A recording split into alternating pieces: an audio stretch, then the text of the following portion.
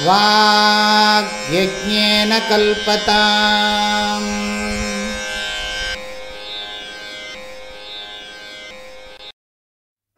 ஸ்ரீதக்ஷிணாமூர்த்தி சுதேசிகேந்திரம் द्वैपायनं सूत्रकृतं मुनीन्द्रं श्रीशङ्करं भाष्यकृतं यतीन्द्रं मद्देशिकं चापि नमामि विद्यै.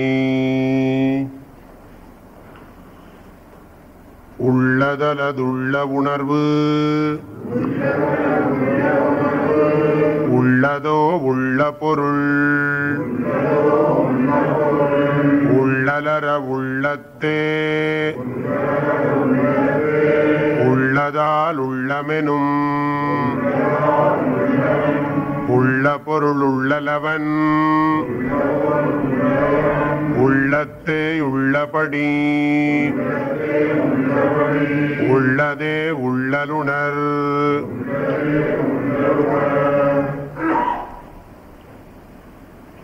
ஒன்பதாவது பாடல். இரட்டைகண் முப்புடிகள் என்றும் ஒன்று பற்றி இருப்பவாம்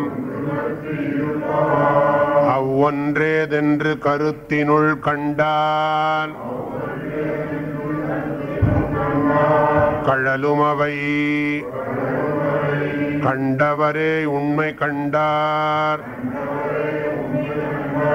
கலங்காரே காண்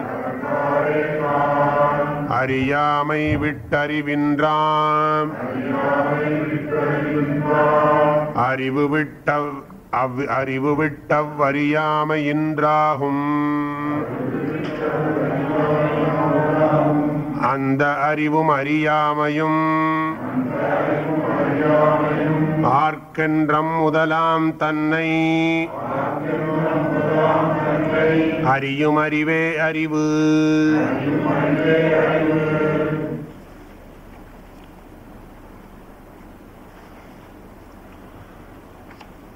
ஆத்மா சத்தியம்.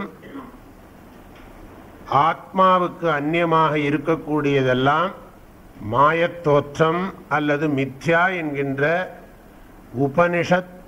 உபதேசத்தை ரமண மகர்ஷி இந்த பாடல்களிலெல்லாம் உபதேசம் பண்ணி கொண்டிருக்கிறார். தத்துவ விவேக கஹா ஆத்மா சத்தியம் அந்யத் சர்வம் மித்யேதி என்று தத்துவபோதம்ங்கிற சாஸ்திரத்தில் படிச்சிருக்கோம். அதே மாதிரி இங்கேயும் ஒவ்வொரு விஷயங்களாக சொல்லி ஆத்ம ஞானத்தில் உறுதி பெறுவதற்கான வழிகளையெல்லாம் சொல்லி கொடுத்து கொண்டிருக்கிறார் மகரிஷி.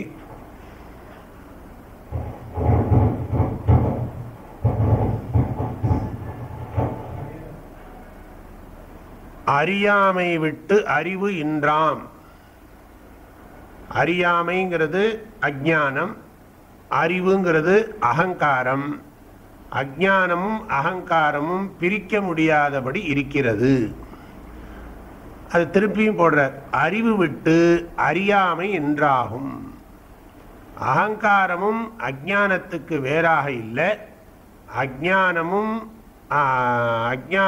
அகங்காரத்துக்கு வேறாக இல்லை, அகங்காரமும் அஜ்ஞானத்துக்கு வேறாக இல்லைங்கிறார். இப்போ உறக்கத்தில் அஜ்ஞானம் இருக்கிறது, அகங்காரம் விதை வடிவிலே இருக்கிறது. விழிப்பு நிலையிலும் கனவு நிலையிலும் அகங்காரம் நன்றாக விவகாரம் செய்கிறது, அஜ்ஞானமும் இருக்கிறது. தன்னை பற்றிய ஞானம் இல்லாததுதான் அஜ்ஞானம் என்று பெயர். ஆக அந்த அறிவும் அறியாமையும் ஆர்க்கென்று, இந்த அறிவும் அறியாமையும் யாருக்கு இருக்கிறது? அறிவு என்றால் அகங்காரம், அறியாமை என்றால் அஜ்ஞானம். இது யாருக்கு இருக்கிறது? எதை சார்ந்து இருக்கிறது?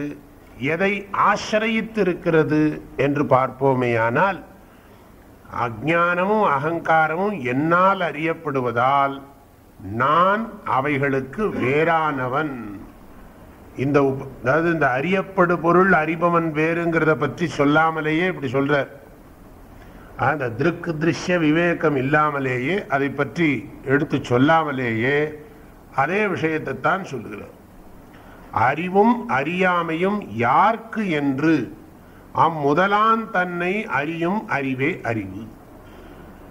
இந்த அஜ்ஞானமும் அகங்காரமும் யாருக்கு இருக்குன்னு விசாரம் பண்ணி தெரிந்து கொண்டால் அந்த ஞானம்தான் ஆத்ம ஞானம் என்று சொல்லப்படும்.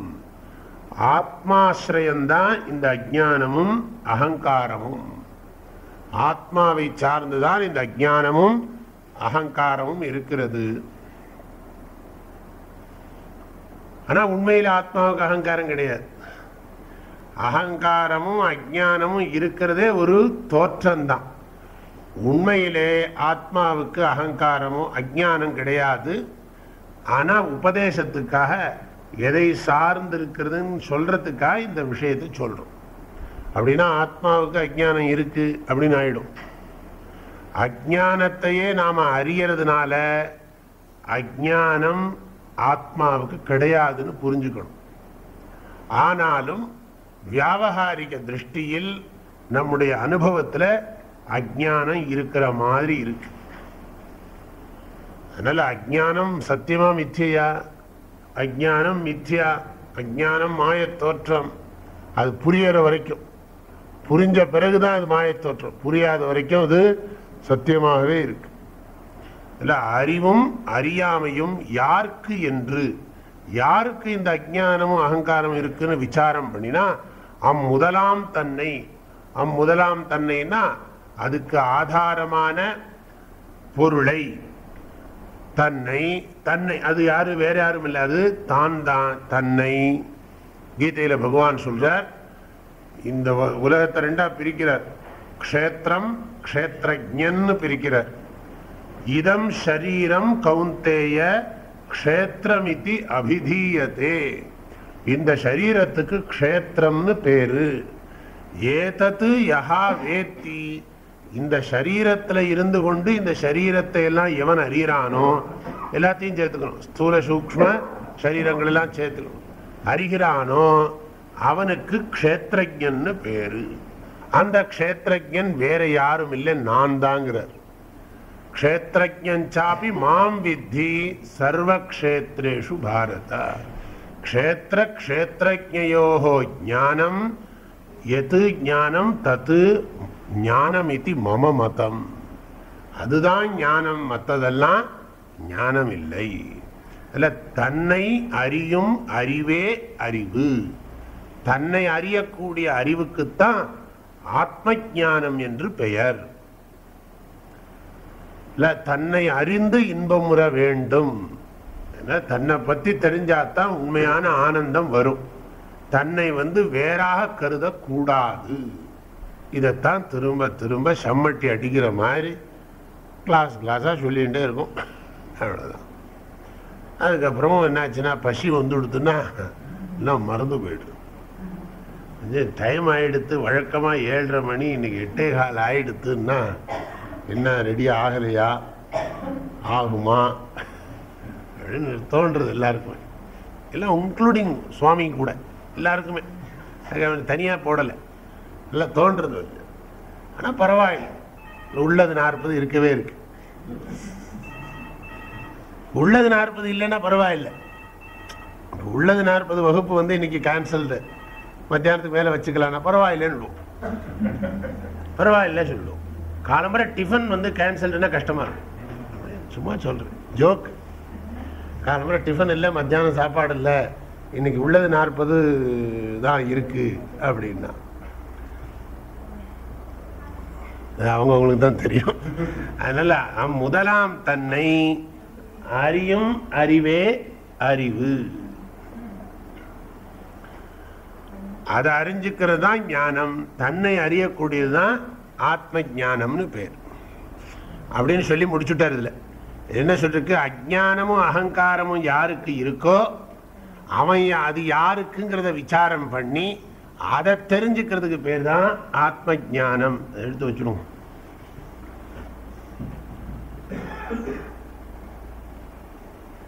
தன்னை அறியும் அறிவே அறிவு. தேற்றேகாரம். அதுதான் அறிவு, மற்றதெல்லாம். அதனாலதான் கிருஷ்ணன் சொன்னார், இந்த ஞானத்துக்குத்தான் ஞானம்னு என்னுடைய கட்சின்னு விட்டார்.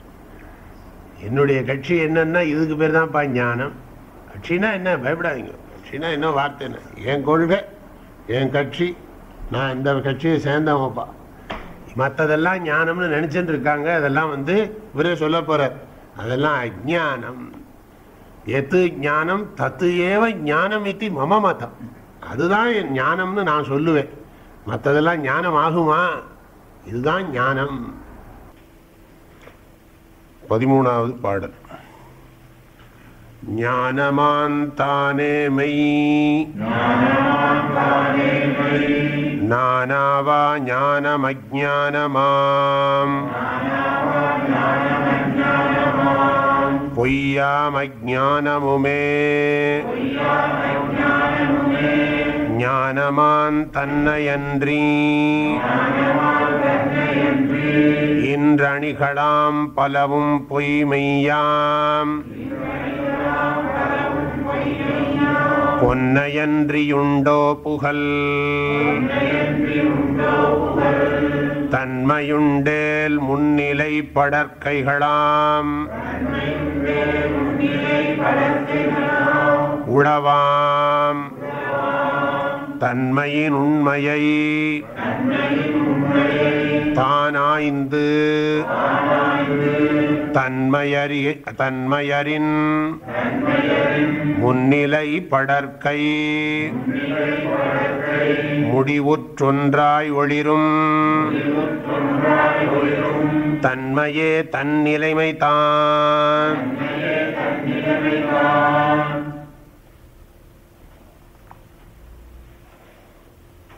பகவான் ரமண மகர்ஷி அகங்காரத்தை அடியோடு நாசம் செய்வதற்கான உபாயத்தையும் அதன் மூலம் ஆத்மாவை பற்றிய ஞானத்திலே நிலைத்திருப்பதற்கான உபாயத்தையும் உபதேசித்துக் கொண்டிருக்கிறார்.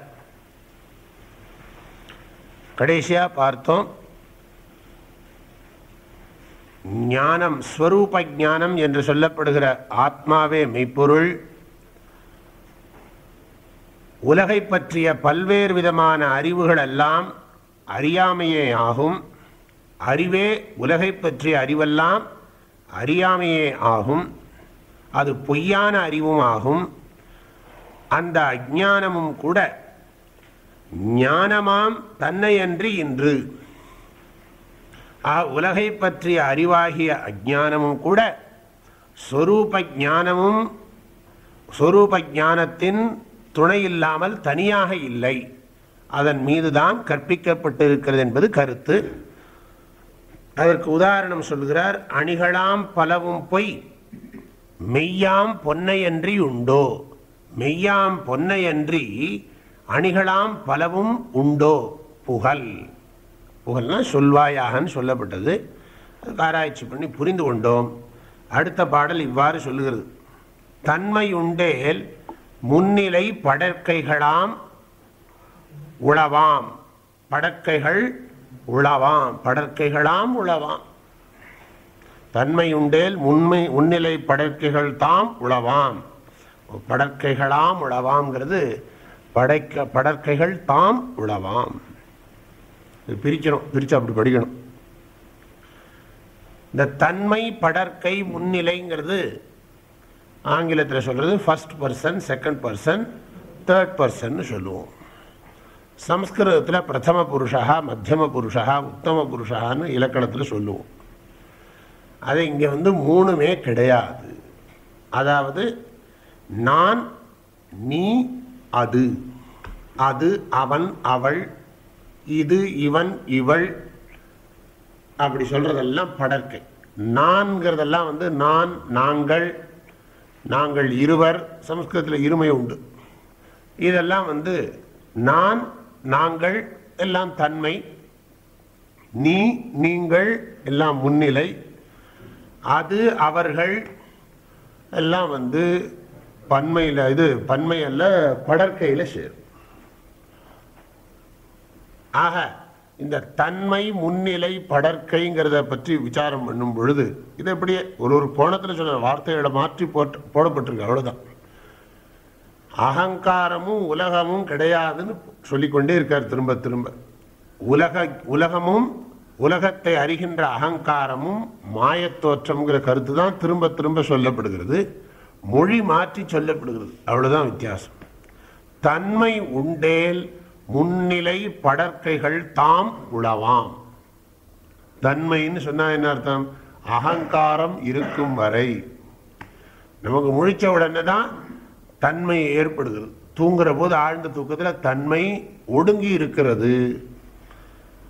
தன்மை உண்டேல் தன்மைக்கு சத்தியத்துவம் இருக்கும் வரையில், அப்படி படிக்கணும்.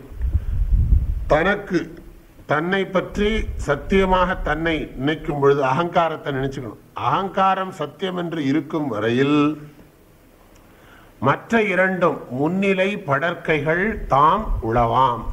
அதுக்கும் சத்தியத்துவம் உண்டு, ரியாலிட்டி உண்டு. அகங்காரத்திற்கு சத்தியத்துவம் இருக்கும் வரையில் உலகத்திற்கும் சத்தியத்துவம், அதாவது முன்னிலைக்கும் படற்கைக்கும் சத்தியத்தன்மை இருக்கும்.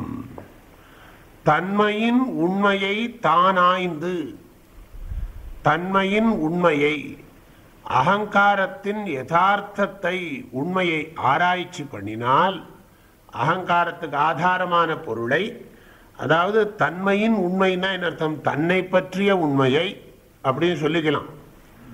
அகங்காரத்துக்கு ஆதாரமான மெய்ப்பொருளாகிய ஆத்மாவை, சைத்தன்யத்தை, ஸ்வரூப ஞானத்தை தான் ஆய்ந்து, தான் நன்கு ஆராய்ச்சி செய்து நம்ம சேர்த்துக்கிறோம். குரு சாஸ்திரத்தின் துணையோடு, தனியாக பண்ணக்கூடாது. அதனால் நிறைய அப்படி வரப்போகுது. அப்போ அதெல்லாம் சேர்த்து தான் இது பண்ணணும். நாமளா தான் ஆய்ந்துங்கிறது நாமளே தனித்தனியாக போய் இது பண்ண முடியாது. அதனால் ஒரு சொல்லிக் கொடுக்கணும் ஒருத்தருக்கு. ஒருத்தர் இப்படி சிந்தனை பண்ணுப்பா அப்படின்னு சொல்லி ஒருத்தர் நமக்கு உபதேசம் பண்ணணும். இல்லாட்டி என்ன ஆகிடும்னா நம்ம என்னத்தையெல்லாமோ கற்பனை பண்ணிகிட்டே இருப்போம். இதே இது ரமண மகர்ஷியோட புக்கெல்லாம் சில இதெல்லாம் படித்து பார்த்தா நிறைய பேருக்கு இதுக்கு அதுக்கு நேர் மாறாக தோண ஆரம்பிச்சிடும். சில புஸ்தகங்கள்லாம் ஏன்னா அதனுடைய வழியை பார்த்து தான் தெரியும். அவங்களுடைய இதில் ரமண மகர்ஷியோட வாழ்க்கையில் சில நிகழ்ச்சிகள், அவர் திருவண்ணாமலையிலிருந்தே பல இடங்களுக்கு போனதாக, விசிட் பண்ணதாக நிறைய கதைகள்லாம் இருக்குது. திருவண்ணாமலையில் அவர் இருந்தார். ஆனால் அவர் அதே நேரத்தில் 2-3 ஊருக்கெல்லாம் போயிருக்காருன்னு சொல்லி அது ரொம்ப விசேஷமாக சொல்லுவாங்க அவங்க. இந்த பாட்டெலாம் படித்தா அதுக்கு என்ன சம்மந்தம் இருக்கும்? அது ரொம்ப விசேஷமாக சொல்லி தேர்ஃபோர் இஸ் வெரி கிரேட். கடைசியில் அப்பவும் சித்தியில் தான் முடியுது. கடைசியில் என்ன ஆகுதுன்னா அவர் இந்த பேர்பட்ட ஒரு சித்த புருஷர். இந்த வேதாந்த் தத்துவங்களை சொல்லி கொடுத்தாருங்கிறதுல காட்டிலும், தாத்பரியத்தை காட்டிலும், கடைசியில் என்ன ஆகுனா அவர் அங்கே இருந்துட்டு திருவொற்றியூரில் இருக்கிற ஒருத்தர் வீட்டில் இருந்தாரும்பாங்க. ஒரே நேரத்தில் திருவண்ணாமலையிலும் இருந்தார். திருவண்ணாமலையை விட்டு என்னைக்கு திருவண்ணாமலையில் நுழைஞ்சாரோ அன்னையிலேருந்து திருவண்ணாமலையை விட்டு அவர் போகலை. திருவண்ணாமலையை விட்டு அந்த க்ஷேத்திரத்தை விட்டு அவர் அந்த பக்கம் இந்த பக்கம் நகரலை. ஆனால் அதே சமயம் இங்கே இருந்தார். இன்னும் ஒரு கதை இருக்குது, அமெரிக்காவுக்கே வந்துட்டாருன்னு. அதனால் இதில் பெரிய தாத்பரியம் கொடுத்து பேச சொல்லிட்டு இருக்கோம். இல்லை, முக்கியமாக எதை விசாரம் பண்ணணுமோ அதை விசாரம் பண்ணணும். ஏன்னா படற்கையும் கிடையாது, முன்னிலையும் கிடையாதுன்னு உபதேசம் பண்ணிட்டு இருக்கார். அப்படி இருக்கிறவர்கிட்ட போய் இந்த சித்தியை பற்றி விசேஷமாக சொல்கிறதுல என்ன இருக்குது? அப்படியே இருந்தாலும் அது எப்படின்னு அடுத்த பாட்டிலே சொல்லிவிடலாம். தன்மையின் உண்மையை, தனது ஸ்வரூபத்தின் உண்மையை, யதார்த்தத்தை தான் ஆய்ந்து, தான் ஆய்ந்துனா தான் விசாரம் செய்து, தன்மை அறின், தன்மையின் ஸ்வரூபத்தை தெரிந்து கொண்டு தன்மை நீங்குமானால், தன்மை அறின்னு சொன்னா என்ன அர்த்தம்? தன்மையானது அற்று போகுமானால். அகங்காரத்தினுடைய ஸ்வரூபத்தை விசாரம் பண்ண அகங்காரத்துக்கு ஏது சத்தியத்துவம்? அகங்காரமும் அழிந்து போகும். தன்மை அறின் முன்னிலை படற்கை முடிவுற்று. தன்மை போச்சுன்னு சொன்னா முன்னிலை படற்கை ரெண்டுக்கும் முடிவு உண்டாகிவிடும். அப்புறம் என்ன ஆகும்னா ஒன்றாய், இந்த 3 கிடையாது, தன்மை முன்னிலை படற்கைன்னு 3 பிரிவுகள் இருக்கு. இதெல்லாம் இல்லாமல் ஒன்றாய் அத்வைத்தமாய் ஒளிரும் தன்மையே, ஒன்றாய் ஒளிரும் தன்மையே என்ன அர்த்தம்? அத்வைத ஸ்வரூபமாய் பிரகாசிக்கும் தன்மையே தன் நிலைமைதான். அதுதான் நமது உண்மை வடிவாகும். ஆகையினால உண்மையான ஸ்வரூபத்தை புரிந்து கொண்டு இந்த தன்மையை நீக்கி, தன்மைங்கிறது ரெண்டு இருக்குங்க, யதார்த்த ஸ்வரூபத்தையும் தன்மைங்கிறார், தன் நிலைமைங்கிறார். அந்த தன்மையே தன் நிலைமைதான்ங்கிறார். அது இலக்கணம் இல்லை. இலக்கணத்தில் சொல்ற தன்மை முன்னிலை படற்கையில் வர்றதில்லை. அந்த அத்வைத்தமாக இருக்கும் தன்மையே நமது யதார்த்த ஸ்வரூபம் அல்ல, அத்வைத்தமே நமது ஸ்வரூபம் என்பது இதனுடைய கருத்து. ஆக அகங்கார நாசகா, அகங்காரத்தினால் அறியப்படக்கூடிய உலகத்தை நாசம் செய்தல். நாசம்னா ஞாபகம் வச்சுங்க, இதுக்கு பேர் பாதிக்கிறதுன்னு பேர். ரொம்ப டெக்னிக்கலாக சொல்லணும்னா நாசம்னா ரியலாக நாசம் பண்ணுறது இல்லை. தங்கத்தில் நகையை தங்கத்தில் நாசம் பண்ணுனா என்ன அர்த்தம்? புரிஞ்சுக்கோன்னு அர்த்தம். அதனால் சொல்லப்போனால் இது புரிஞ்சின்ற பிறகு உலகத்தில் இருந்தால் தான் இந்த ஞானத்துக்கே மதிப்பு. இது புரிஞ்ச உடனே டக்குன்னு போயிட்டோன்னு வச்சுக்கோங்களேன், யார் பண்ணுவோம்? போக மாட்டோம். இந்த ஞானத்துக்கு பிறகு உலகத்தில் வாழ்கிற போது தான் ரொம்ப பிரயோஜனமாக இருக்கும். இது தெரிஞ்சுட்டே வாழ்கிறதுனால சிக்கிக்காமல் வாழ்வோம். அது ஒரு கலை இல்லையா? வாழும் கலை. இவ்வுலகத்திலேயே இருந்துகிண்டு சேத்து மீன் எப்படி சேத்துல ஒட்டாமல் இருக்கோ, அது மாதிரி தாமரை இலையில் எப்படி தண்ணீர் ஒட்டாமல் இருக்கோ, அது மாதிரி உலகத்தில் இருந்து கொண்டே உலகத்தினுடைய பொய்த்தன்மையில் சிக்கிக்காமல் இருக்கிறதுங்கிற ஞானம்தான் இது. ஆகையினால இதுக்கப்புறம் ஆள் போயிட மாட்டார். அதுக்கப்புறம் உலகம் இருக்கும், உலக அனுபவங்கள் இருக்கும், வேற்றுமைகள் நன்றாகவே தெரியும். வேற்றுமைகளுக்கு சத்தியத்துவம் இருக்காது. சத்தியத்துவங்கிற வார்த்தை புரிஞ்சுக்கணும். அதுக்கு அளவுக்கு மீறின உயிர் கொடுக்க மாட்டோம், அதுவே கருத்து. அப்புறம் எல்லாமே அத்வைத ஸ்வரூபமாகத்தான் தெரியும். பல உபாதிகள் எல்லாம் பொம்மலாட்டம். எல்லாம் ஒரு பொம்மை இன்னொரு பொம்மையை பார்த்து சிரிக்கிறது, இன்னொரு பொம்மை ஒன்றும் கண்டுக்காமல் போகிறது, இன்னொரு பொம்மை என்ன பண்ணுறதுன்னா அழறது, இன்னொரு பொம்மை திட்டுறது. எல்லா ரசங்களும் இருக்குது வாழ்க்கையில். சமஸ்த ரசங்களும் ஒரு விதங்கள்லாம் இருக்குது சொல்கிறோம் இல்லையா? அப்படிலாம் இருக்கத்தான் இருக்குது. 5 பேர்லும் ஒரே மாதிரியா இருக்குது. அதனால் இப்படிலாம் உலகத்தில் இருக்கிற வேற்றுமை, ஏன் இவங்கெல்லாம் இப்படி இருக்காங்க சுவாமி அப்படின்னா, அதுதான் வேலையாகும் நமக்கு. இது எல்லாருக்கும் ஒரு பெரிய விஷயம். எங்கள் வீட்டில் அவங்க இப்படி இருக்காங்க, இவங்க இப்படி இருக்காங்க, இது ஏன் சொல்லுங்க பார்ப்போம் அப்படின்னா போய் ஜோசியர்கிட்ட பாருங்க. அதனால் எல்லாம் அப்படித்தான் இருக்கும். அப்படிலாம் இல்லைன்னா நல்லா இருக்காது. அப்படி இருக்கிறது ரொம்ப சந்தோஷமான விஷயம். சொல்ல போனால் ஏன் அப்படி இருக்காங்க இப்படி இருக்காங்க வருத்தப்படுறீங்க? எல்லாம் அப்படி இப்படி இருந்தால் தான் நல்லா இருக்கும். இது ஏன் இது இப்படி இருக்குது அது அப்படி இருக்குன்னு கவலைப்படுற விஷயமா என்னது? நிறைய பேருக்கு பாவம் ஒரே பயமாக இருக்குது இதெல்லாம் குறித்து. இன்னும் பயப்படுறதுக்கு இல்லை. அகங்காரம் இருக்கிற வரைக்கும் தூங்கினா தினம் தெளிவாக தெரியுது. இது நடக்கிறதா அது நடக்கிறதா ஒன்றும் தெரியுது. அது ஞானத்தினால பேசாமல் இருக்க வேண்டியதான். எப்படி இருக்கோ அப்படியே இருக்கட்டும். அதாவது அப்படி இப்படி பார்த்துட்டு தினம் சாப்பிட்டுட்டு தூங்கிட்டு உலகத்தில் முடிஞ்ச வரைக்கும் காரியத்தை பார்த்துட்டு சவாரி போக வேண்டியதான். அதனால தன்மையே தன் நிலைமை தான். அப்போ என்னன்னா உங்களுக்கு அதில் சுவாரஸ்யம் இல்லை. அதில் சுவாரஸ்யம் இல்லை. இந்த ஞானத்தில் ரசிக்கலை. ஒன்றுமே இல்லாமல் ஒன்றும் ரியாக்டே பண்ணாமல் எல்லாத்தையும் அப்படி இப்படி பார்த்துட்டே இருந்தா அது எப்படி இருக்கும்னா அப்போனா அதில் இருக்கும். நிறைய பேருக்கு அப்படி இருக்கு. அது வேறு கவலை. என்னன்னா சில பேர்கிட்ட சில சமயம் விசித்திரமாக இருக்கும். இப்போ யாராவது நம்மள்கிட்ட பேசுகிறாங்க, ரொம்ப சத்தம் போட்டு பேசுகிறாங்க, நம்ம பேசாமல் இருந்தோம். நான் இவ்வளோதான் சொல்லிட்டு இருக்கேன், நீ பேசாமையே இருக்கேன் அப்படின்னு. நான் என்ன பண்ணுறது? நீ பேசுறது எனக்கு கஷ்டமாக இருக்குது, அதனால் பேசாமல் இருக்கேன் அப்படின்னா. நீ அது ஏதாவது சொல்லு அப்படின்னா ஒன்றும் சொல்ல முடியாது. நீ சொல்லலைன்னா எனக்கு பிடிக்காது, தாங்கலை. அப்போ நீ பேசாமல் இருக்கு, கொஞ்ச நேரம் நான் சொல்கிறத கேளு அப்படின்னா. நான் நீ சொல்கிறத கேட்க முடியாது, ஆனால் நான் சொல்லணும். எல்லாம் இந்த மனோவியாதி பிடிச்சி அலையிறத பார்த்தா சில சமயம் கோபமாக வரும். ஆனால் கோபம் வரக்கூடாது. அதுக்கு தான் இதெல்லாம் கோபம் வரக்கூடாது. அதுக்கு தான் இதெல்லாம் படித்து வச்சுவிட்றோம். ரொம்ப கஷ்டமாக இருக்கும் சில சமயம். இப்படி பண்ணால் பட் என்ன நீங்கள் பண்ணுங்க, ரொம்ப என்ன பண்ணாலும் சரி அது கமெண்ட் அடிக்கிறதுக்கு ஒரு குரூப் இருந்துட்டு தான் இருக்கும். அதனால் இதை பற்றி கவலைப்படக்கூடாது. நீங்கள் பேசிக்கிட்டே இருந்தேன்னு வச்சுங்க, ஒரே கொடான்னு பேசிக்கிட்டே இருப்பான் அப்படிப்பா. ஒன்றும் பேசாமல் இருங்க, அதுதான் அது ஒரு பேசாமல் இடந்து எல்லாம் ரிசர்வ் டைப் அது அப்படின்னு விடுவாங்க. இப்படி சொன்னால் அப்படி, அப்படி சொன்னால் இப்படி. அதுக்கு தான் பேசாமல் என்னென்னா தன்மையே தன்னிலைமை தான். பேசாமல் ஸ்வரூபத்தில் இருந்துவிட்டா இந்த பாடுறாங்களே, எண்ணி எண்ணி பார்க்கணும், ஏகாந்தமாக இருக்கணும் என்றும் அவன் ஸ்வரூபத்தில். அது எப்படி வேணாலும் கொடுக்கலாம், அது பகவானாக இருக்கலாம். ஈடுபட்டு இருக்கணும். ஏன் அவர் இருக்கணும்னா இது அவஸ்தை தாங்க முடியல. உலகத்தில் இருக்கிற அவஸ்தைகள்லாம் தாங்க முடியல. மாறி மாறி என்னெல்லாம் இப்படி போனால் அப்படி வர்றது சொல்கிறோம் இல்லையா. முன்னாடி போனால் முட்டுறது, பின்னாடி போனால் உதைக்கிறதுன்னா. மத்தளத்துக்கு ஒரு பக்கம், உலக்கைக்கு ஒரு பக்கம் இடி, மத்தளத்துக்கு 2 பக்கம் இடி. எல்லாரும் இப்படிலாம் நம்ம சொல்கிறோமோ இல்லை. இதெல்லாம் இந்த விஷயத்தை புரிஞ்சுட்டா அப்புறம் என்னென்ன எல்லாம் வேடிக்கை பார்க்க ஆரம்பிச்சிடும். உலகத்தையே வேடிக்கை பார்க்க ஆரம்பிச்சிடும். ராமகிருஷ்ணர் சொல்கிறார் இல்லையா, அதாவது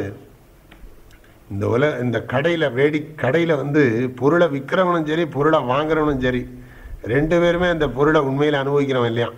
அதை வேடிக்கை பார்க்குறான் பாருங்க, அவன் தான் அனுபவிச்சவன்னர். அது மாதிரி அதுக்கு பேர் விண்டோ ஷாப்பிங்னே பேர். இது நிஜமாவே இப்படி இருக்குது. நிறைய நமக்கு காசு அவ்வளவு இல்லை, ஆனால் என்னெல்லாம் இருக்குது உலகத்தை தெரியணும் ஒரு ஆசை, அதுக்குன்னு போயிடுறது. அங்கே ஒன்றும் வாங்க போகிறதில்ல. நம்ம அந்த கடையை வேடிக்கை என்ன சார் என்ன வேணுமா, ஒன்றும் வேண்டாம், என்ன வேணும்பா. அது இந்த சில பெரிய பெரிய நாடுகளில் இங்கே ஓரளவுக்கு வசதி படைத்தவங்களாக இருந்தால் கூட இந்த வெளிநாட்டிலலாம் சில கடைகள்லாம் இருக்குது. அந்த கடையில் வாங்குற அளவுக்கு இவங்களுக்கு சக்தி இருக்காது. ரொம்ப கஷ்டம். அது போன பைசாலாம் தீர்ந்து போயிடும். எல்லாம் டாலராக மாற்றி வச்சுருக்கதான் தீர்ந்து போயிடும். அதனால் என்ன பண்ணுறதுன்னா அங்கே அப்படியே போயிட்டு அந்த கடையில் என்னெல்லாம் இருக்குதுன்னு தெரிஞ்சுட்டு வருவோமே. அப்படி சில சமயம் அதில் ஆசையை வேறு வளர்த்திக்கணும். ஆனால் பெரும்பாலும் என்னென்னா அப்படியே விண்டோ ஷாப்பிங்னா அதை வேடிக்கை பார்த்துட்டு வருது. அதனால் என்ன அதெல்லாம் இருக்குதுன்னு தெரிஞ்சுக்கிட்டோம், அவ்வளவுதான். பணம் இருந்தால் ஆசை வந்துடும். எதுக்கு இதை சொல்கிறேன்னா, இப்படி விண்டோ ஷாப்பிங் பண்ணுற மாதிரி இந்த உலகத்தை வந்திருக்கோம், எல்லாத்தையும் ஒரு வேடிக்கை பார்த்துட்டு முடிஞ்ச உடனே போக வேண்டியதான். இந்த தன்மையே தன் நிலைமை தான். அதில் சிக்கிக்கக்கூடாதுங்கிறதுக்காக சொல்கிறேன். அதில் சிக்கிக்கூடாது. நமக்கு பார்த்த உடனே என்ன, இது நம்ம வீட்டில் இருந்தால் நல்லா இருக்குமே அப்படின்னு தோணும். இந்த மார்க்கெட்டுக்கே ஒரு லட்சணம் சொல்லியிருக்காங்க. மார்க்கெட் என்றால் என்ன, ஒரு இலக்கணம், அதுக்கு ஒரு விளக்கம். எங்கு போனேயானால், எந்த இடத்திற்கு நீ சென்றாயானால், அதுவரையிலும் அந்த பொருள் இல்லாமலேயே உன் வாழ்க்கை நடந்திருக்கும். ஆனால் அப்பொழுது தோன்றும், இது இல்லை என்றால் நம் வாழ்க்கை பூர்த்தி ஆகாது என்று எந்த இடத்தில் உனக்கு தோன்றுகிறதோ அந்த இடமே மார்க்கெட். புரியுறதோ? இது வரைக்கும் நம்ம அந்த சாமான்லாம் இல்லாமே ரொம்ப வருஷமா வாழ்ந்துருப்போம். அந்த சாதனங்கள்லாம் இல்லாமலேயே வாழ்ந்துருப்போம். ஆனால் அங்கே போன உடனே அதை பார்த்த உடனே, ஓ இது ரொம்ப சௌரியமாக இருக்குமே நமக்கு அப்படின்னு சொல்லி வாங்கணும்னு தோணும். அது வந்தால் தான் வாழ்க்கையே பூர்த்தி ஆகும் அப்படிங்கிற எண்ணம் வந்துடும். இப்போ நீங்கள் சின்ன குழந்தைகிட்டெல்லாம் கேட்டு பாருங்கள், எங்கள் அப்பா எனக்கு ஒரு கம்ப்யூட்டர் வாங்கி கொடுத்தாரு தான் என் லைஃப் ஃபுல்லாகிடும், ஸோ ஃபுல்லாகிடும் சொல்லுவோம். ஏன்னா இப்போ கம்ப்யூட்டர் ஒரு யுகம். அதனால் குழந்தைங்களுக்கெல்லாம் இப்போ தேவை என்னென்னா கம்ப்யூட்டர் கிடைச்சா சரி. அந்த பிஸ்னஸ் மேன்கிட்ட கேட்டிங்கன்னா ஒரு நல்ல சாதனம் எதாவது கிடைச்சா எனக்கு என் லைஃப் கம்ப்ளீட் ஆகிடும்பா. இது வந்துவிட்டா என் வாழ்க்கை பூர்ணமாகும், அது கிடைச்சா என் வாழ்க்கை பூர்ணமாகும் அப்படி நிறைய பேருக்கு எண்ணம் இருக்கு. அதுக்கு முன்னாடியே நல்லா தான் இருந்துருக்கான். ஆனால் அதை பார்த்த பிறகு அது இல்லைன்னா என் வாழ்க்கை பூர்த்தி ஆகாது. அப்படித்தானே கல்யாணமே பண்ணிக்கிறாங்க. இல்லாட்டி எப்படி பண்ணிக்கிறாங்க? கல்யாணம் பண்ணிட்டா என் வாழ்க்கை இன்னும் திருப்தி ஆகிடும், பூர்ணமாயிடும் நினச்சுன்னு தான் பண்ணிக்கிறாங்க. அப்புறம் தான் தெரியுது ரொம்ப இன்கம்ப்ளீட்லாம் இருக்கும். ஏற்கனவே இருந்த இன்கம்ப்ளீட்னஸ் கூடி போச்சு. இப்போ 2 பேருக்கும் சேர்த்து யோசிக்க வேண்டியிருக்கு. எதா இருந்தாலும் மிந்தியாவது ஏதோ தனியாக இருந்தது, பிரச்சனை இல்லாமல் இருந்தது அப்படின்னு தோணும். இதுக்காக சொல்கிறேன், எல்லாம் இல்லறம் அல்லது நல்லறம் அன்று. தப்பு கிடையாது, யோசிக்கணும். அந்த இன்கம்ப்ளீட்னஸ்ங்கிற முதல்ல கம்ப்ளீட்டாக இருக்கிறது, இன்கம்ப்ளீட்டாக இருக்கிறதுங்கிற அது வந்துட்டே இருக்கு எல்லாருக்குமே. ஈவன் பெரிய பெரிய சர்வீஸ், சோஷியல் சர்வீஸ் பண்ணுறவங்களுக்கு கூட இன்னும் எனக்கு 2-3 ப்ராஜெக்ட் வச்சுருக்கேன், இந்த ப்ராஜெக்ட் ஃபுல் ஆகிட்டா ஐ எம் ஸோ கம்ப்ளீட்டுங்க. ஈவன் சோஷியல் சர்வீஸ் பண்ணுறாள், சமுதாயத்துக்கு சேவை பண்ணுறவங்களுக்கு கூட, அவங்களுக்கு கூட அது தப்பாக ரைட்டாங்கிறது வேற விஷயம். அவங்களுக்கு கூட என்ன ஆகுதுன்னா, நான் இன்னும் ஒரு 3-4 ப்ராஜெக்ட் வச்சுருக்கேன், அந்த ப்ராஜெக்ட் இன்னும் கம்ப்ளீட் பண்ணலை, அது பண்ணிட்டா அப்புறம் நான் இன்னும் பேசாமல் நான் பஜனை பாடிட்டு கிருஷ்ணரை கடவுளை நினச்சிட்டு இருப்பேன். அவங்களும் கூட அப்படி தான் சொல்கிறாங்க. இதுலேருந்து என்ன தெரியுது, எங்கேயோ நாம் சிக்கிக்கிறோன்னு தெரியுது, நம்மளை அறியாமல் நாம் சிக்கிக்கிறோன்னு தெரியுது. அது என்னெல்லாம் கடவுள் நடத்தணும்னு நினைக்கிறாரோ நடத்தட்டும், அதெல்லாம் நடத்தட்டும். அதனால் ரொம்ப சௌகரியம். அதனால் கடவுளை பிடிச்சிருந்தா காரியத்தை பார்க்கணுமே தவிர, அதுக்கப்புறம் நான் கடவுளை பார்க்குறேன்னு சோஷியல் சர்வீஸ் ஆள் சொன்னாலும் கூட அது தோஷம்தான், குறைவு தான். ஏன்னா பகவான் என்ன திட்டம் போட்டிருக்காரோ அது நடக்கட்டும். நான் என்னுடைய திட்டம் போட்டுருக்கேன், ஆனால் அதனால தான் என் லைஃப் கம்ப்ளீட் நான் சொல்ல மாட்டேன். இது வரைக்கும் செஞ்சுருக்கிறதுல எனக்கு திருப்தி இருக்குது, இனிமேலும் நான் செய்யணும்னு நினச்சிருக்கிற சர்வீஸில் எனக்கு திருப்தி ஏற்படும், பகவான் இருக்கார் அப்படிங்கிற எண்ணத்தோட சர்வீஸ் பண்ணினா அது இன்னும் நல்லா பண்ண முடியும். இல்லாட்டி துக்கம் இருந்துட்டுருக்கும்.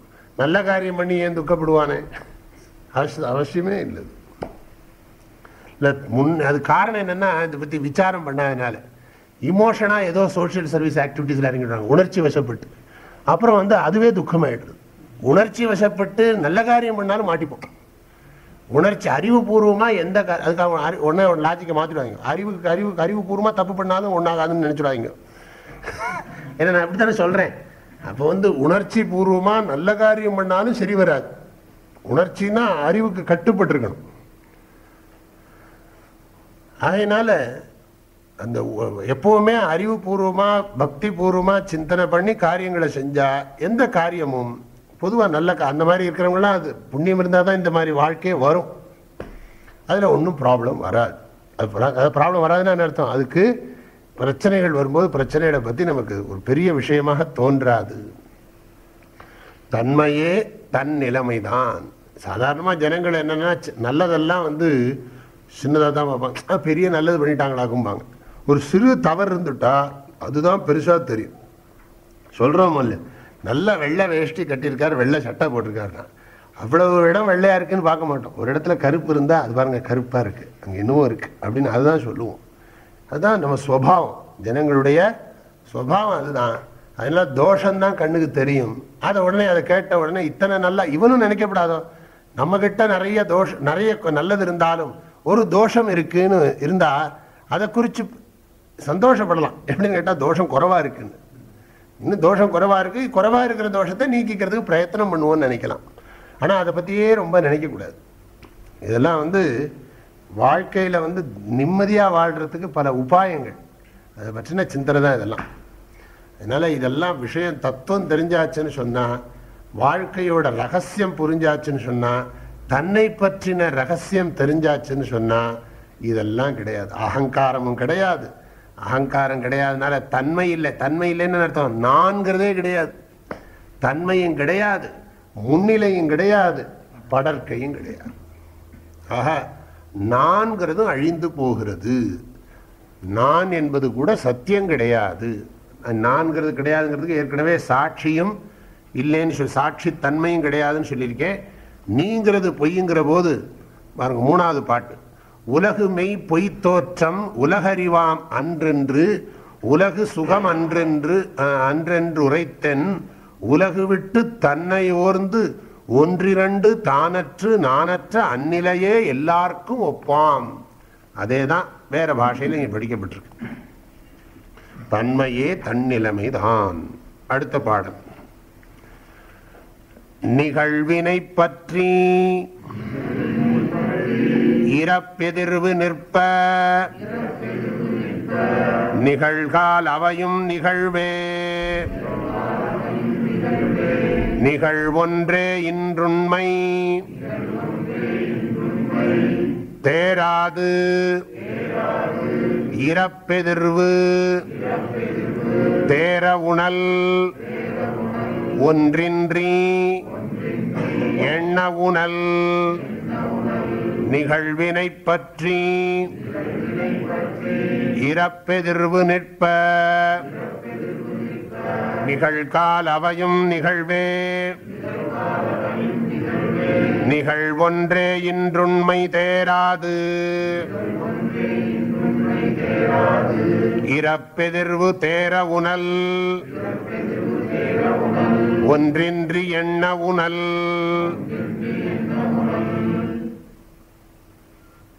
இந்த பாடல் சற்று அன்வயம் பண்றது கடினமாக தோன்றுகிறது எனக்கு. ஆனால் சுலபந்தான், ரொம்ப கஷ்டம்னு சொல்ல மாட்டேன். ஆனால் இதனுடைய தாற்பயம் என்னன்னு கேட்டால், நிகழ்காலம், இறந்த காலம், வருங்காலம் என்பதெல்லாம் தோற்றமே, அதை பற்றி சிந்தனை பண்ணாதே. ஆகையினால இந்த இந்த எண்ணம் நிறைய பேருக்கு இருக்கு. வாழ்ந்துக்கிட்டு இருக்கிற போதே இனி வருங்காலத்தை பற்றின சிந்தனை. நாம் எப்படி சாவோமோ தெரியல, வயசானவங்களுக்கு அந்த கவலை. எங்கே போவோமோ தெரியல, நடந்துகிட்டே இருக்கிறப்போ போயிடுவோமா, இல்லை சாப்பிட்டுட்டே இருக்கிறப்போ டக்குன்னு போயிடுவோமா. அதான் அப்போ ஜனனம் ஒரு வழி, மரணம் பல வழின்னு பாடியிருக்காங்க. அப்போவே ஜனனம் ஒரு வழி, ஜனனம்ங்கிறது இப்படித்தான் தெரியும் நமக்கு. ஆனால் மரணம் எந்த ரூபத்தில் வரும் தெரியாது, எப்படி சாவும், எந்த இடத்துல சாவும் தெரியாது. கிருபானந்த வாரியாருக்கு பிளேன்லேயே உயிர் போயிடுச்சு. கொஞ்ச நேரத்துக்கு முன்னாடி கடைசியாக சொல்லியிருக்கார், பூஜை பண்ணணும், பூஜைக்கு எல்லாம் எடுனாராம். எங்கள் பாம்பேலேருந்து பிளேன் கிளம்பின பிறகு அவர் கடைசி வரைக்கும் முருகா முருகா பூஜை தான். திடீர்னு லண்டனில் என்ன பண்ணியிருக்கார், இவரை கொண்டு இறங்கின உடனே கிருபானந்த வாரியார் லண்டனில் இவர் இறங்கின உடனே உடம்பு சரியில்லாமல் போயாச்சு. அங்கே அவருக்கு சொற்பொழிவுக்கு ஏற்பாடு பண்ணியிருக்காங்க. லண்டனில் இறங்கியிருக்கார். இறங்கின உடனே நேராக அவர் ஹாஸ்பிட்டலில் கூட்டு போயிட்டாங்க. ஹாஸ்பிட்டலில் கூட்டு போய் படுக்க வச்சா 5 நிமிஷத்தில் எழுந்து பெரியோர்களே தாய்மார்களே உபன்யாசம் பண்ண ஆரம்பிச்சார். எல்லாம் ஜனங்கள்லாம் உட்கார்ந்துருக்காங்கிறார். எல்லாம் வாங்க, எல்லாரும் டாக்டருக்கெல்லாம் விபூதி வச்சுட்டார். என்னன்னா அவருக்கு அதே ஸ்மரணை, அதே ஞாபகத்தில் இருந்துகிட்டே இருந்திருக்கார். அது கடைசி அங்கேயும் கொஞ்சம் ஓரளவுக்கு ஹெல்த் சரியாகி அங்கேயும் சொற்பொழிவு நடத்தியிருக்காரு. அதுக்கப்புறம் வரும்போது எதுக்கு சொல்கிறேன்னா, எப்படி போகணும்னு இருக்குது. ஒருத்தருடைய இதெல்லாம் பார்த்தோம்னா எப்படி சில பேருக்கு நார்மல் டெத்துங்கிறோம். நார்மல் டெத்துனா என்ன, அது வழக்கம் போல் சரீரத்துக்கு வியாதி கொஞ்சம் ஏதோ கஷ்டப்பட்டு கடைசி காலத்தில் ஏதோ சரீரம் சாப்பிட முடியாமல் ஒரு சிரமங்கள்லாம் ஏற்படும், அப்படியே சரி அப்படி போயிட்டார், அவ்வளோதான் முடிஞ்சு போச்சு. இப்போ 2 நாளைக்கு முன்னாடி ஒரு நியூஸ் கேட்டேன். ஒருத்தர் போயிருக்கார், ஏதோ காரியமாக ஆஃபீஸ் வேலையாக போயிருக்கார். விஷயமா ஏதோ அலுவலக விஷயமா போயிட்டு ஹோட்டல் ரூமுக்கு வந்திருக்கார். ரூமில் கட்டில் உட்காந்து பெட்டியை விரித்து ஃபைலெல்லாம் பார்த்துட்டே இருந்திருக்கார். அப்படியே படப்படான்னு இருக்கு, நெஞ்சு சாஞ்சுட்டார் அர்ஜுன் ராஜா. அப்படியே போயிட்டார். அப்போ சடார்னு போயிட்டார். அவர் போனதே யாருக்கும் தெரியல, 2 நாளைக்கு தெரியல. இப்படிலாம் நடக்கிறது. அதனால் எப்படி போகும் கேட்டாலே உங்களுக்கு தான் இருக்கு. வரும் நேற்று சாயங்காலம் போகிறபோது ஒன்றும் இல்லை, சாயங்காலம் தாத்தா காணோம் போயிட்டார். இப்போ என்ன சொல்கிறதுன்னா, அதெல்லாம் இது எப்படி வரும்னு தெரியாது. அதாவது நமக்கு வயசானவங்களுக்கு அதை பற்றின சிந்தனை, நல்லா இருக்கிறவங்களுக்கு இனி பின்னாடி குழந்தைங்களுக்கெல்லாம் என்ன பண்ணுறது, இது நடந்ததெல்லாம் அப்படி நடந்தது இப்படி நடந்தது, அது மாதிரி நடக்கக்கூடாது, எல்லாம் ரொம்ப திட்டம் போடுறாங்க. எல்லாத்துக்கு மேலே பகவான் ஒருத்தர் இருக்கார், அவர் நிமிஷமாக மாற்றி விடுறார். இந்த சதுரங்கம் விளையாடுற மாதிரி இங்கே இருக்கிற தூக்கி அமெரிக்காவுக்கு வைக்கிறார், அமெரிக்காவுக்கு இருக்கிற தூக்கி ஜப்பானுக்கு மாற்றி விடுறார், இங்கேருந்து அங்கே தூக்குறார், இப்படி மாற்றிகிட்டே இருக்கார். சிட்டியிலாம் போய் பார்த்தா தெரியும். இது மாதிரி வாழ்க்கை அவ்வளவு நிச்சயம் இல்லாததாக இருக்கிறது. ஆனால் மனிதன் எதிர்காலத்துக்கும் திட்டம் போடுறதை பற்றி இல்லை, அதை பற்றியே நினச்சிட்டே இருக்கிறது. ஒரு சாயங்காலம் ஒரு 5 மணிக்கு ஒரு இடத்துல உட்காந்து எதிர்காலத்தை பற்றி திட்டமிடுவோம் அப்படின்னு திட்டமிட்டால் பரவாயில்ல. நம்ம எப்படி தெரியுமா திட்டமிடுறோம், நடக்கிற போதெல்லாம் திட்டமிடுறோம், சாப்பிட்ற போதெல்லாம் திட்டமிடுறோம், வந்துட்டே இருக்கு. அதை நம்ம கண்ட்ரோல் பண்ணி ஆகணும்.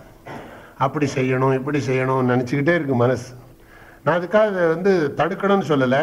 இப்போ புது தியரி வர ஆரம்பிச்சிருக்கு. இத்தனை வருஷமாக இருந்ததை கொஞ்சம் மாற்றுறாங்க. என்ன தெரியுமா, முந்தையெல்லாம் நடந்ததை பற்றி நினைக்காதீர்கள், நடக்கப் போவதை பற்றியும் நினைக்காதீர்கள், நிகழ்காலத்திலேயே உங்கள் மனம் இருக்கட்டும்னு சொல்லிட்டு இருந்தோம். அந்த தியரி சரியில்லைன்னு இப்போ சொல்ல ஆரம்பிச்சிருக்காங்க. அது முடியாத விஷயம், அது என்னத்துக்கு சொல்கிறீங்கிறாங்க. அது முடியாத விஷயம், சைக்காலஜியில் சொல்லாங்க. அது முடியாத விஷயம், அதை போய் எதுக்கு டெவலப் பண்ண சொல்கிறீங்கிறாங்க. ஆனால் ஓரளவுக்கு பண்ண முடியும், ஓரளவுக்கு அதை பண்ண முடியும், அதை ரொம்பவும் ஸ்ட்ரெஸ் பண்ண வேண்டாம் அப்படின்னு சொல்ல ஆரம்பிச்சிருக்காங்க இப்போ. ஆனால் ரமண மகர்ஷி என்ன சொல்கிறாருன்னா, இதெல்லாம் ஒன்றும் வேண்டாம், நீ பிரம்மத்தை ஆத்மாவை விட்டுட்டு மற்றதெல்லாம் நினைக்கிறதெல்லாம் முட்டாள்தனம். எதுக்கு இறந்த காலத்தை பற்றியும் எதற்காக நிகழ்காலத்தை பற்றியும் எதற்காக கடந்த காலத்தை பற்றி வரக்கூடிய காலத்தை பற்றி நினைக்கிறேன். இந்த பேப்பர் இருக்க நியூஸ் பேப்பர் நீங்கள் அன்னையிலேருந்து இன்றைக்கி வரைக்கும் பாருங்கள். நியூஸ் பேப்பர் இருக்குல்ல, நீங்கள் 1925 வருஷத்து பேப்பரை பாருங்கள். இப்போ ஒரு 10 வருஷத்துக்கு முன்னாடி உள்ள பேப்பரை பாருங்க, இன்னைக்கு பேப்பரை பாருங்க. இன்னைக்கு இருக்கிற பேப்பரில் இருக்கிற நியூஸ் எல்லாம் என்ன நியூஸ்னு குறித்து வச்சுங்க. இன்னும் ஒரு வருஷம் கழித்து பாருங்க, நியூஸ் எல்லாம் சேம் தான், டேட்டும் டேயும் தான் வேறு. உண்மை தான். என்ன நியூஸ்னா அப்போ என்னாச்சு, ரயில் கவிழ்ந்தது, பிளேன் போச்சு, அப்புறம் இத்தனை பேர் மூழ்கினார்கள், செத்தார்கள், அப்புறம் அப்பப்போ ஏதோ ஒரு இந்த பள்ளியில் மார்க்கில் இவர்கள் தேறினார்கள். நியூஸ் என்ன இருக்குன்னா நமக்கு அன்னன்னைக்கு ஃப்ரெஷ் நியூஸ் வேணும். இன்னைக்கு எத்தனை பேர் செத்தான் சொல்லு, அது போன வருஷம் செத்தது இருக்கட்டும், இன்னைக்கு எத்தனை வருஷம் செத்தான் சொல்லு, இன்னைக்கு அந்த ஊர்ல என்ன ஆச்சு சொல்லு. இது தூங்கி கொண்டிருக்கும் பொழுது கணவன் மீது மனைவி பாறாங்கல்லை போட்டு கொன்றாள், இதான் நியூஸ். இதை விழுந்து படிக்க உத்து படிச்சுட்டு இருக்கார். அதுலேயே 10 நிமிஷம் போச்சு, வாழ்க்கையில் 10 நிமிஷம் வீணா போச்சு. இப்படி இதெல்லாம் ஒரு நியூஸ். இதுதான் இருக்கு அன்னையிலேருந்து இன்னைக்கு வரைக்கும். அப்போ இதுலேருந்தே யோசிச்சு பார்த்தா பேப்பர் படிக்கிறதுங்கிறது அவ்வளோ ஒன்றும் விசேஷமாக தோணலை. பெரிய அது என்ன சில பேருக்கு அதை விட்டுவிட்டா 4 நாள் ஆச்சுங்க பேப்பரை பார்த்துங்கிறார். இன்னும் பெரிய 4 நாள் ஆச்சு பேப்பரை பார்த்து ஒண்ணுமே தெரிய மாட்டேங்குது அப்படின்னு வருத்தப்படுறாங்க. உள்ளது 40 காலம்பரை சொன்னீங்களா, அதை திரும்ப ஒரு 15 தரம் சொல்லணும்னு நினைச்சேன், முடியலன்னு சொன்னா அதாவது சந்தோஷமா இருக்கும். அதாவது நினைச்சாரேன்னு சொல்லி, படிக்காட்டாலும் பரவாயில்ல நினைச்சாரேன்னு சொல்லி. இது இன்னும் பேப்பர் படிக்கிற விஷயத்தை அப்படி சொல்றாரு அவர். இதுலேருந்து என்ன தெரியுதுன்னா, ஜனங்களுக்கு உலகத்தை பற்றி தெரிஞ்சுக்கணும், அதை பற்றி தெரிஞ்சுக்கணும், இதை பற்றி தெரிஞ்சுக்கணும், முடியல, சும்மா இருக்க முடியல. ஏதாவது பொட்டலம் கட்டி பேப்பர் வந்துன்னு வச்சுங்களேன் ஆசிரமத்தில் தேனியில், ஏன்னா இங்கே உள்ளுக்குள்ளே பேப்பரே வர்றதில்லை. அதனால இவங்க என்ன பண்ணுறாங்கன்னா, இந்த பொட்டலம் கட்டி பேப்பர் வர்றது இல்லை, அந்த பொட்டலத்தை அது என்னன்னு பார்க்கறதுக்கு 2 ஆள் இருக்காங்க. அது இருக்கும், 4 வருஷத்துக்கு முன்னாடி இருக்கிற நியூஸாக இருக்கும். இதை அதை விழுந்து படிப்பேன், ஒன்றும் இருக்காது, பாறாங்கல்லுக்கு அதுதான் இருக்கும்.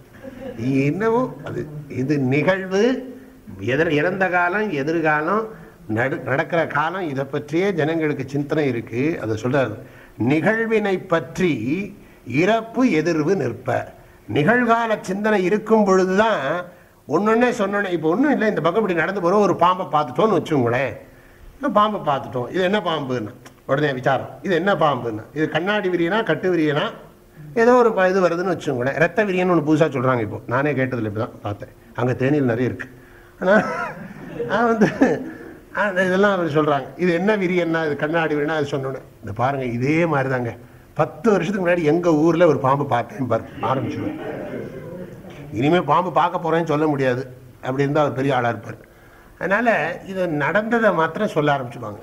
நிகழ்வினை பற்றியே இறப்பு எதிர்வு நிற்ப. இப்படி இருக்கு, இனி வருங்காலத்தில் எப்படி இருக்க போதோ தெரியலையே. குழந்தைங்களை பற்றியெல்லாம் ஒரு விதமான கவலைகள். வீட்டில் பணத்துக்காக அடுத்த நாள் சாப்பாட்டுக்கு என்ன பண்ணுறதுன்னு கவலைப்படுறவங்க இருக்காங்க. அதுக்கு பிறகு குழந்தைகளோட கலாச்சாரத்தை குறித்து கவலைப்படுறவங்க இருக்காங்க. இங்கேருந்து அமெரிக்காவுக்கு போயிட்டாங்க, அங்கே போனதுக்கு பிறகு அப்புறம் புரியறது நம்ம ஊர் கல்ச்சர் நமக்கு அங்கே வராது, கஷ்டப்படுறோங்கிறாங்க. அதுக்காக குழந்தைங்க அம்மா அப்பாவிட்ட இங்கே விடணும்னா அம்மா அப்பாவை அங்கே கூப்பிடுறதா இங்கே விடுறதா பெரிய பிரச்சனை ஆகிடுது. இவங்க அம்மா அப்பா அங்கே போன உடனே என்ன ஆகுதுன்னா, இவங்களுக்கு போர் அடிக்கிறதுங்க. இவங்க அம்மா சொல்கிறாங்க, சாயங்காலம் எப்போ கதவை திறப்பாங்கன்னு இருக்கு அப்படிங்கிறாங்க. உள்ள கூட்டிகிட்டு போயிடுவாங்க. ஏன்னா நிறைய ப்ராப்ளம் அங்கே வரும். கதவை திறந்த உடனே டகார்னு வெளியில் போகணும்னு தோணும். அந்த அம்மா ஓப்பனாக சொல்லி நாய் மாதிரி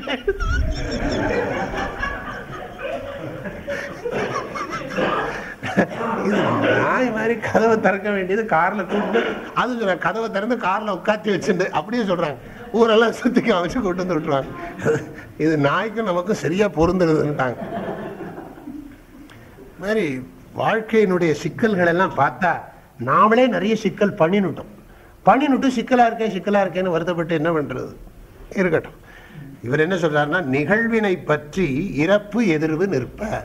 நிகழ்காலத்தில் தோன்றும் பொருள்களை ஒட்டித்தான் இறந்த காலத்தின் பொருள்களின் நினைவுகளும் இனி எதிர்காலத்தில் தோன்றும் பொருள்களின் நினைவுகளும் ஏற்படுகின்றன.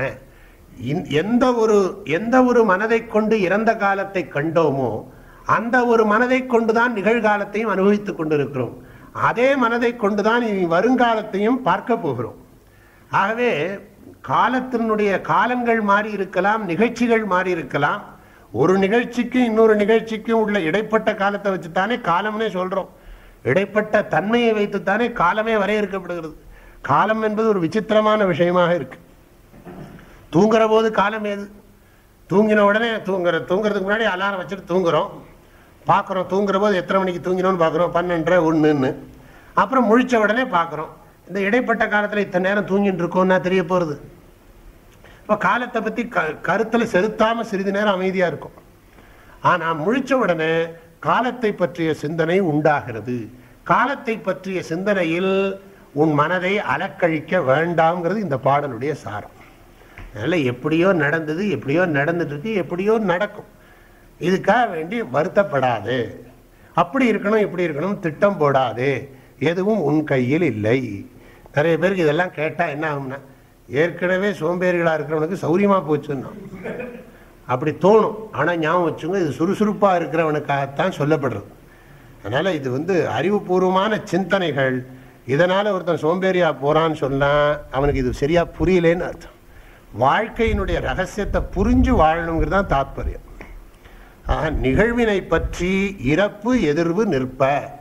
நிகழ்வு காலத்தை பற்றித்தான் இறந்த காலமும் எதிர்காலமும் இருக்கிறது. அதாவது நிகழ்வினை எந்த மனம் எண்ணுகிறதோ அதே மனம்தான் இறந்த காலத்தையும் எதிர்காலத்தையும் எண்ணுகிறது என்று பொருள்.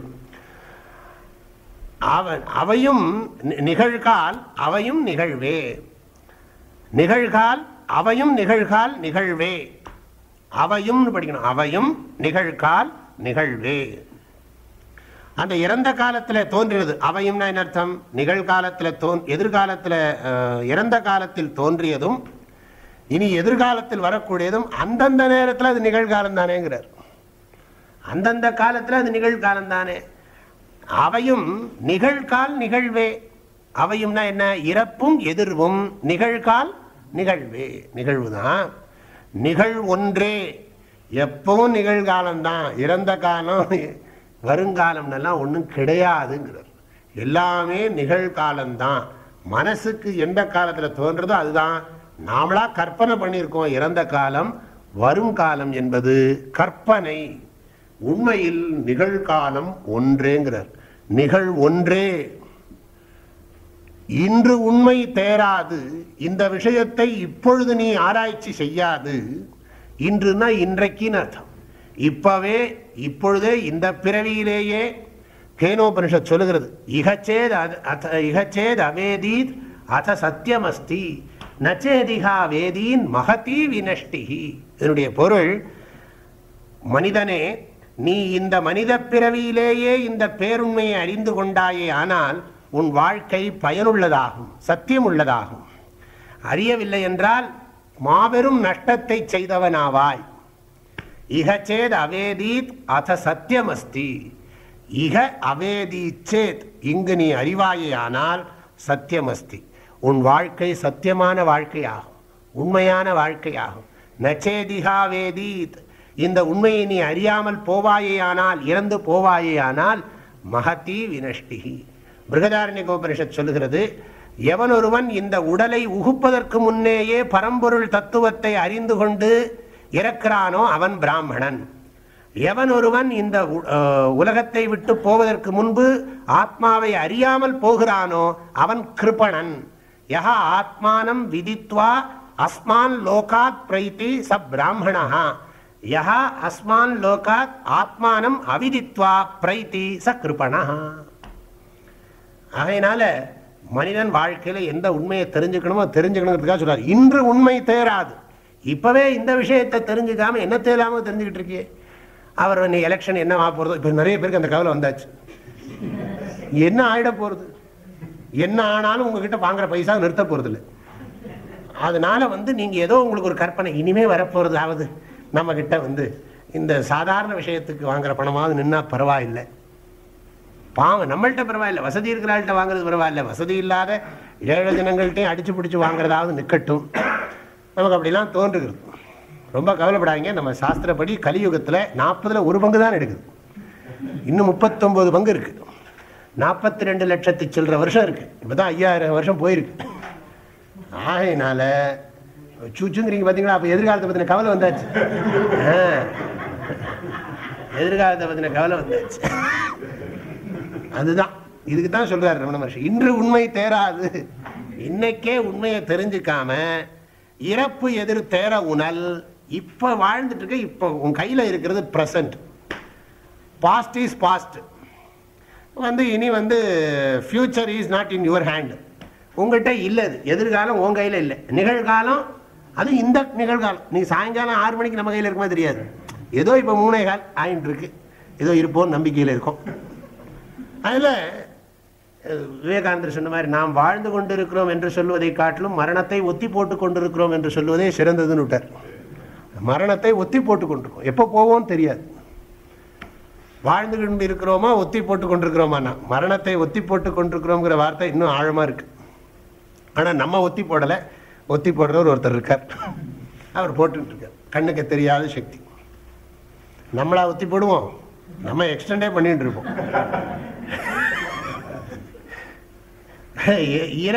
இன்று உண்மை தேராது. இன்னைக்கே உண்மையை நீ ஆராய்ச்சி பண்ணி தெரிஞ்சுக்காம உண்மை தேராதுன்னா அர்த்தம். உண்மையை ஓர்ந்து அறியாது, விசாரம் செய்து அறியாது.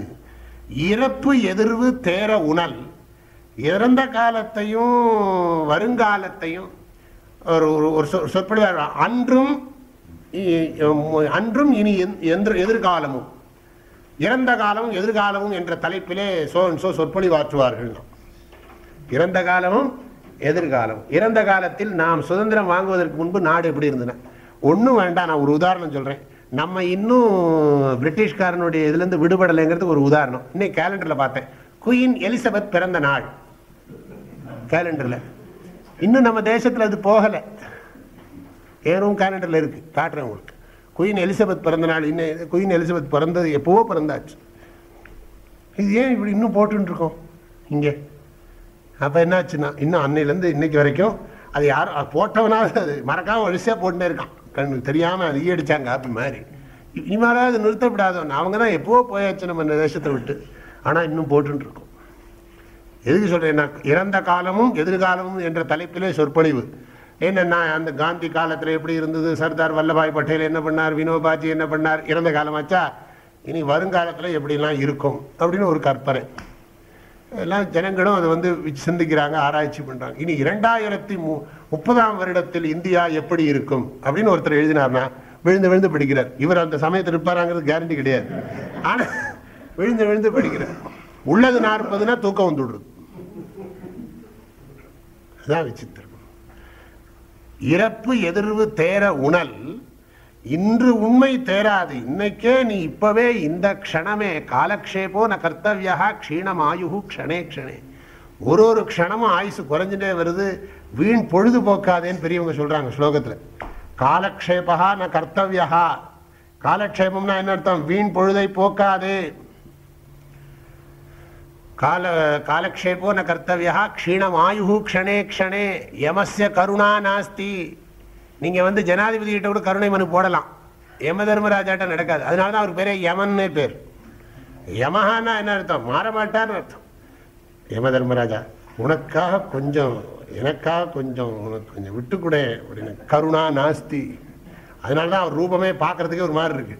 கேட்கவே முடியாது பார்த்தாலே. வர்றது எருமக்கடா வாகனம், கருகருன்னு இருக்கார்.